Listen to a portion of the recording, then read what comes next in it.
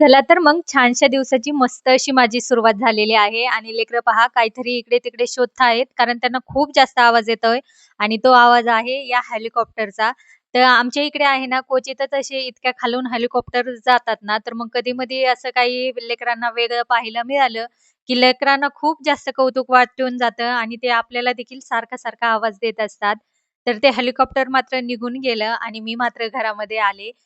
खूप सगळी भांडी घासण्यासाठी पडलेली होती, कारण सकाळी नाश्त्याची आणि जेवणाची भांडी तशीच राहिलेली होती. तर मग तीच पटकन मी घासायला घेतली आणि एकदा भांड्याचं काम झालं, की मग दिवसभरातील आपल्याला किचन वट्टा आपला जो असतो ना, तर तो मोकळा राहतो आणि हे पहा, खूप दिवसापासून आहे ना, मनी प्लांट मधलं पाणीच बदललेलं नव्हतं आणि अक्षरशः त्या काचेच्या बॉटलमध्ये पाणी देखील कमी राहिलेलं होतं आणि मग असं लक्ष नाही ना दिलं, तर कसा वस्तूंचा बिघाड होतो ना, तर हे इथे तुम्ही पाहू शकता.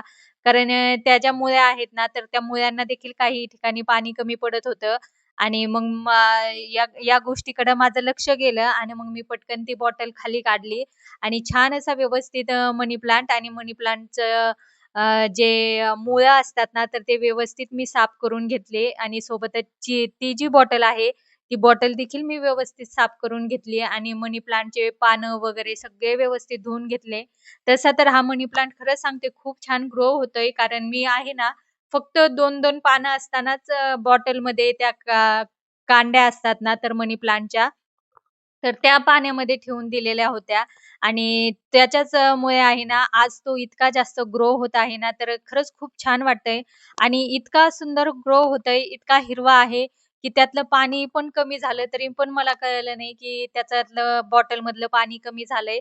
कारण का तर ते पानामुळे आहे ना, ती बॉटल आहे ना, जराशी झाकून गेलेली होती. त्यामुळे आहे ना, मला कळलंच नाही, की मनी प्लांटमधील बॉटलमधील पाणी देखील कमी होतंय. आणि मग आज माझं अचानक त्याच्याकडे लक्ष गेलं आणि मग पहिल्यांदा मी ते काम करायला घेतलं आणि मग मनी प्लांट वगैरे छान धुवून झाला आणि दुपारच्या वेळेत मात्र आहे ना, हिवाळ्यासाठी छान अशा मला चटण्या बनवायच्या आहेत. तर इथे आहे ना, मी 2 प्रकारच्या चटण्या बनवते आहे. एक तिळाची चटणी बनवते आणि दुसरी जवसाची चटणी बनवते. तर त्या अगोदर पहा, माझ्याकडे आहे ना, एकच चाळण होती पीठ चाळायची आणि ज्यावेळेस मी दुकानात चाळणी मागायला गेले ना, तर त्या दादांनी आहे ना, खूप छान मला इथे चाळण दाखवली.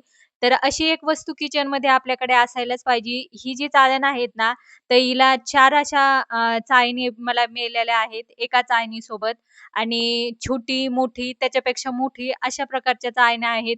तर यांनी आपण आहे ना, बाजरी म्हणा, तीळ म्हणा, जवस म्हणा, ह्या सगळ्या ज्या आपल्या किचनमध्ये वस्तू आहेत ना, तर छान पद्धतीने चाळून घेऊ शकतो आणि अगदी बारीक-बारीक जे रेती असतात, खडे असतात ना, तर ते सुद्धा या चाळणीने खाली पडून गेले आणि त्याचाच फायदा मला खरंच खूप जास्त झाला.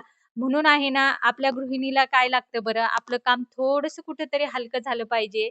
तर हीच आपली एक प्रयत्न असतो आणि या चाळणीमुळं आहे ना, सगळं तिळामधले जे काही बारीक-बारीक खडे होते ना, तर ते सगळे गळाले खाली. त्याच्यामुळे आहे ना, माझं काम जरासं हलकं झालं. आता मात्र ती जवस जे आहे ना, तर त्याच्यामध्ये काही जास्तीचे खडे नव्हते.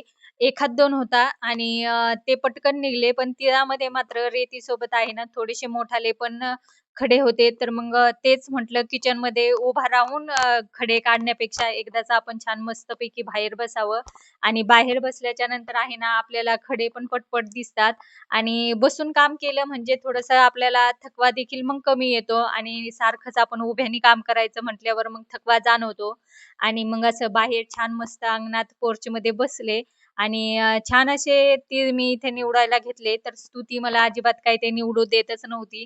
कारण तिचं म्हणणं असं होतं, की ह्या तिळातील खडे आहेत ना, तर मीच काढून घेते.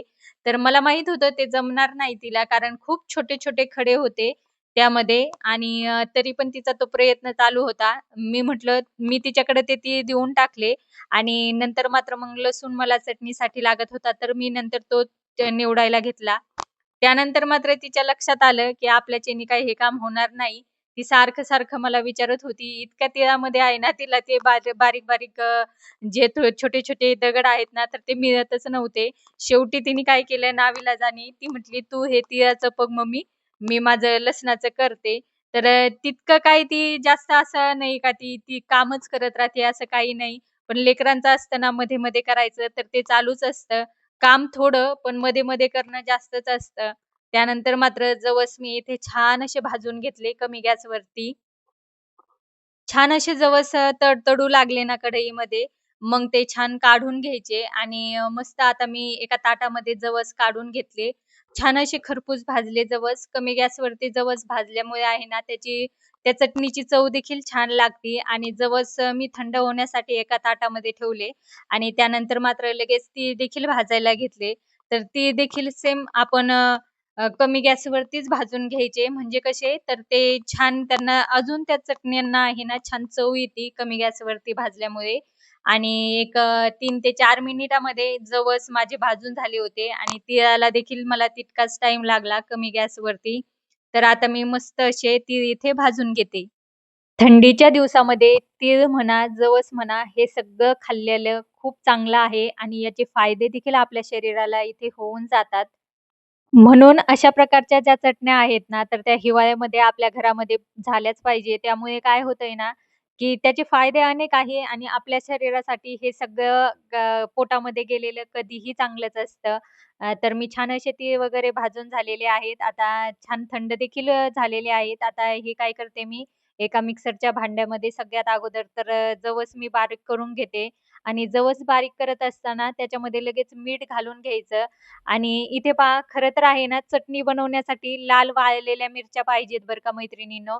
पण माझ्याकडे त्या काय मला मिळाल्याच नाही. म्हणून आहे ना, आता मी लाल तिखटच आहे ना, त्याच्या ते घालूनच आता मी इथे चटणी बनवून घेते. कारण कसं असतं ना, जर लाल मिरच्या असेल, तर त्याला अजूनच जास्त चव येते. पण ठीक आहे, अशा पद्धतीनं आहे ना, लाल तिखट आणि लसूण आणि मीठ घालून मी अशा प्रकारे जवसाची चटणी इथे मी बनवून घेतली. अशा पद्धतीने जरी आपण जवसाची चटणी बनवली ना, तर ती खरंच खूप छान होते आणि इथं मग राहिलेली मी सगळ्या चटण्या इथे बनवून घेतल्या. सोबतच तिळाची चटणी देखील मी बनवून घेतली आणि जवसाची चटणी देखील माझी बनवून झाली आणि तिखट सोबत थोडंसं काहीतरी गोड व्हायलाच पाहिजे ना, तर मग मी जराशा तिळामध्ये आहे ना, थोडासा गूळ घालून हे तीळ देखील छान वाटून घेतले आणि याची देखील चव अप्रतिम झालेली होती. त्यानंतर मात्र सायंकाळच्या कामाला मी सुरुवात केली. तर असा गेला माझा आजचा दिवस. आवडल्यास लाईक करा. चॅनलवर तुम्ही नवीन असाल तर प्लीज चॅनलला सबस्क्राईबर करा. धन्यवाद.